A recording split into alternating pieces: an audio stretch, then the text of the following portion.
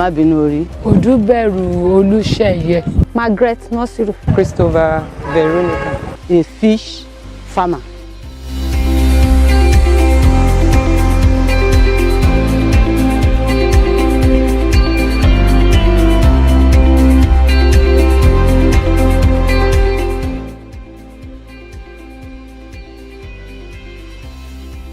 I specialize in fish breeding, the fingerlings production. I'm training fish from fingerlings to 6 months. Table fish farming. Fingerlings, then table fish.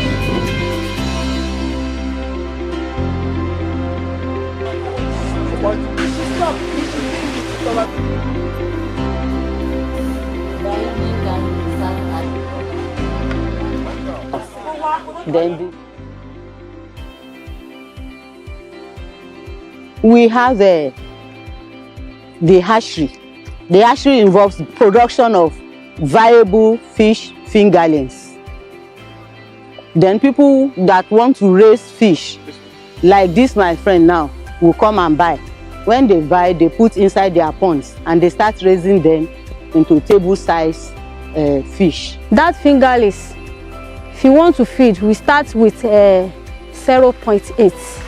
That is imported. It's powder like this. Maybe after 2 weeks, we start with, when we see the growth of the fish, we give them 2 mm. That is imported feed.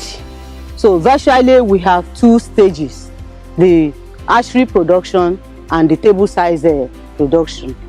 Fingerlings table size.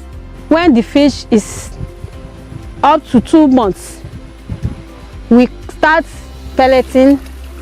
That pelleting we start again with 2 mm.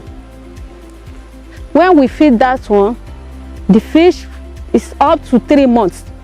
We change the feed. We start with 4 mm. That 4 mm is also pelleting.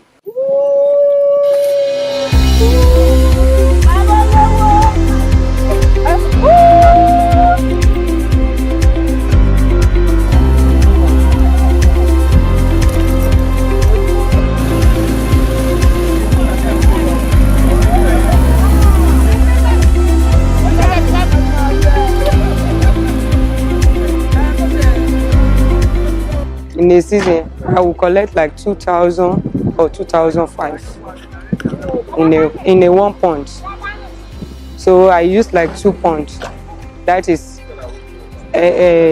almost 5,000. But at times, if you collect 5,000, you cannot be expecting to have that 5,000. There will be some casualty eating themselves. So at times we make 2,000 out of that 2,500 you collect. I breed 50,000 pieces of fingerlings. I have the capacity of 50,000 fingerlings in a week. In a week, because if I do the hatching, if it comes out very well, I can produce like 30,000, 40,000, 50. But at times gone 20,000. When the fish is 6 months, the 6 months is the last month that we are going to sell it. When that time, one fish can bring 2 kg. Some can bring 1.5 or 1.2. Those smallest one is 0.5, 0.6. That's how it's supposed to be. That time we are going to sell it. There are some other components that we do supply. We have we do supply people in Shagam. We supply people in Ugijo. We have customers all over. People that is going to travel in Abuja, Port Harcourt, Delta, they used to come in a bus and pack the fish.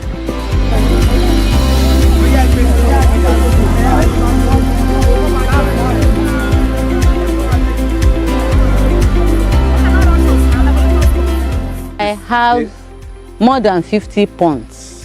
And now the one we are using for nursery ponds are like 20 to raise fish fingerlings, excluding the tanks at home. We have, when we go there, you see the nursery ponds.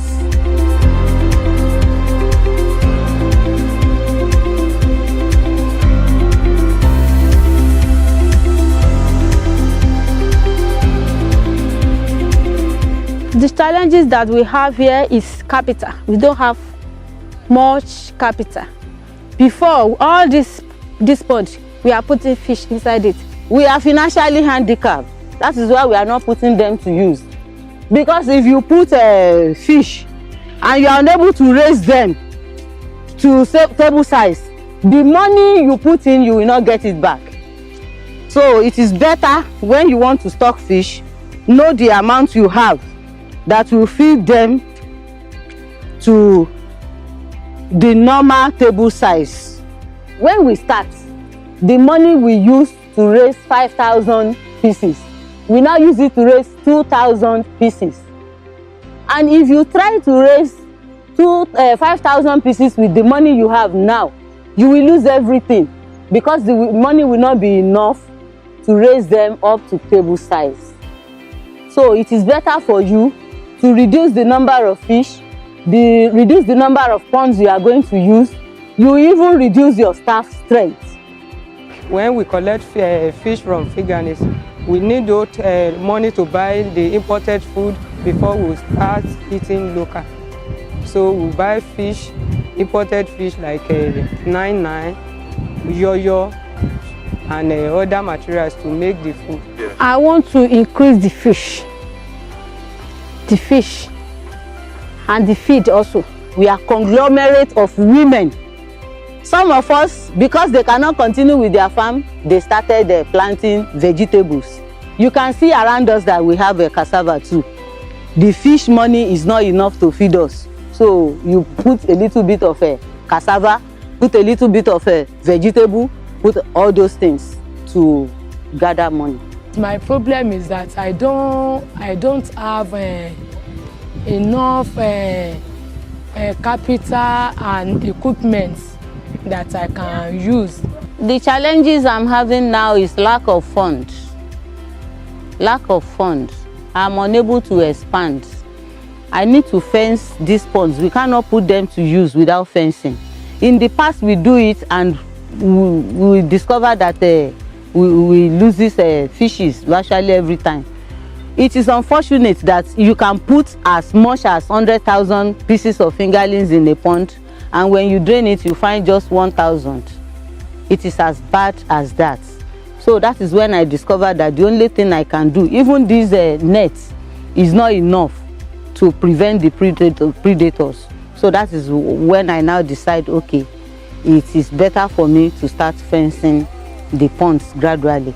So now we have started fencing gradually. So by the time, as we are fencing, then we will increase our capacity.